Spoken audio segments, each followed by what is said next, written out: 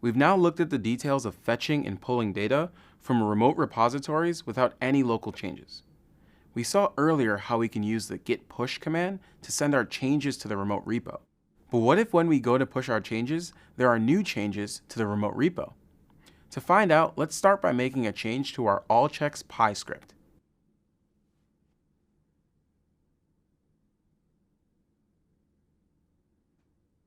Remember way back at the beginning of the course when we fixed the bug in the function that checks the disk space? The one that was doing gigabyte conversion twice? Part of the reason why our code was so buggy was that we were passing numbers around without saying what those numbers were for. We could have made our code clearer by renaming our min absolute parameter to min_GB, so that it's obvious that the function expects gigabytes.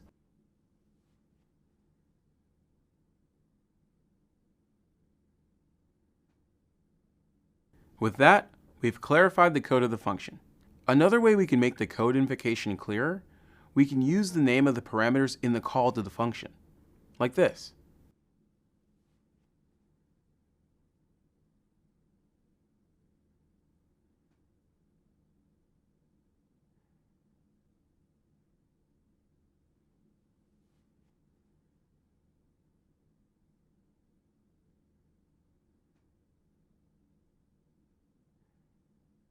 By using the names of the parameters, our invocation is clear and we could even alter the order of the values and our code would still work.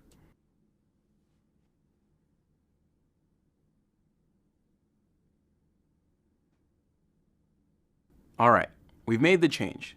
Let's stage it and commit it as usual. We'll first use git add-p to look at the changes we made and accept them. Then we'll create a commit message to show that we've renamed min absolute to min_GB and that we're using parameter names for the invocation. We've made our change, staged it, and committed it. We should be ready to push into the remote repo. Except now we have a collaborator also making changes. Let's see what happens when we try running git push.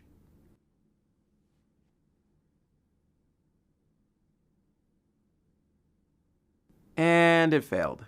Can you work out what went wrong here? There are a few hints.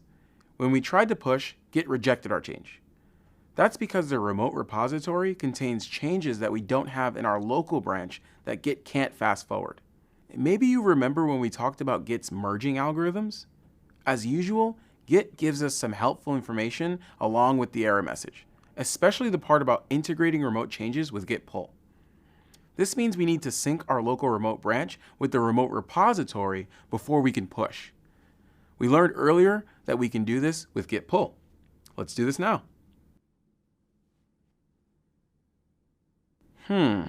Git tried to automatically merge the local and remote changes to allchecks.py, but found a conflict.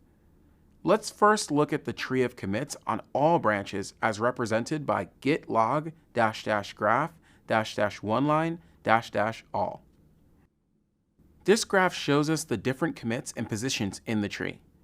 We can see the master branch, the origin/master branch, and the experimental branch. The graph indicates that our current commit and the commit in the origin/master branch share a common ancestor, but they don't follow one another. This means that we'll need to do a three-way merge. To do this, let's look at the actual changes in that commit by running git log-p origin/master.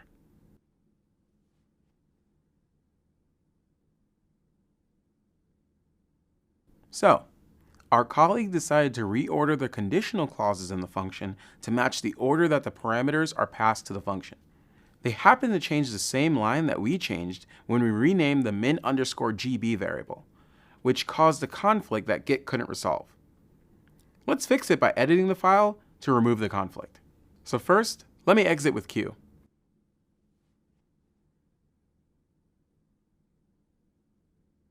We see that the problem occurred in the conditional. On the first line, we see our change, where min_absolute was renamed to min_GB.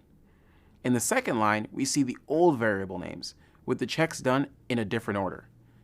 We need to decide what to do to this. For example, we can keep the new order, but use min_GB.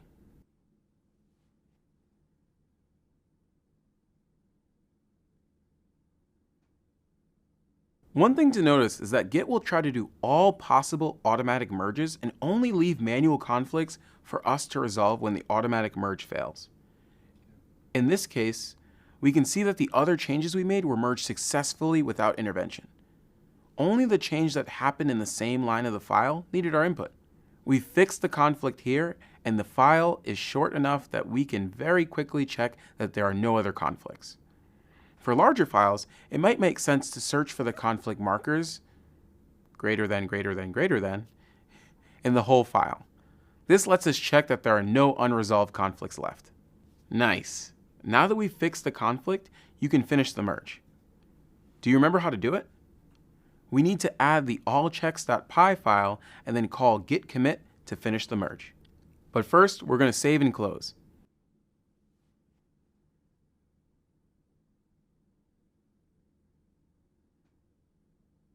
The editor message shows that it's performing a merge of the remote branch with the local branch. We can add extra information to this message. For example, we can say that we fixed the conditional in the check disk usage function to use the new variable name and the new order.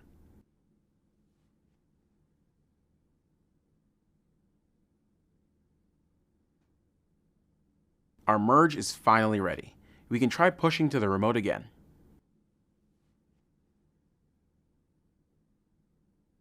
Yes! After fixing the conflict, we were able to push our work to the remote repo. Let's look at the commit history of the master branch now by calling git log --graph --oneline. We see that the latest commit is the merge, followed by the two commits that cause the merge conflict, which are on split paths in our graph.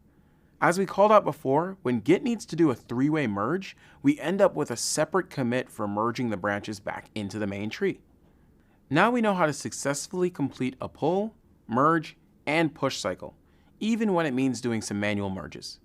This was a complex exercise, and it's okay if some things still seem a bit scary. We all felt panicked the first time we encountered a merge conflict, but don't worry, it gets easier with practice. To practice dealing with merge conflicts, you want to have 2 copies of your repository in separate directories, then try editing the same lines of the same files. You can follow along with the examples shown here, or come up with your own. Up next, we'll talk about using branches with remote repositories.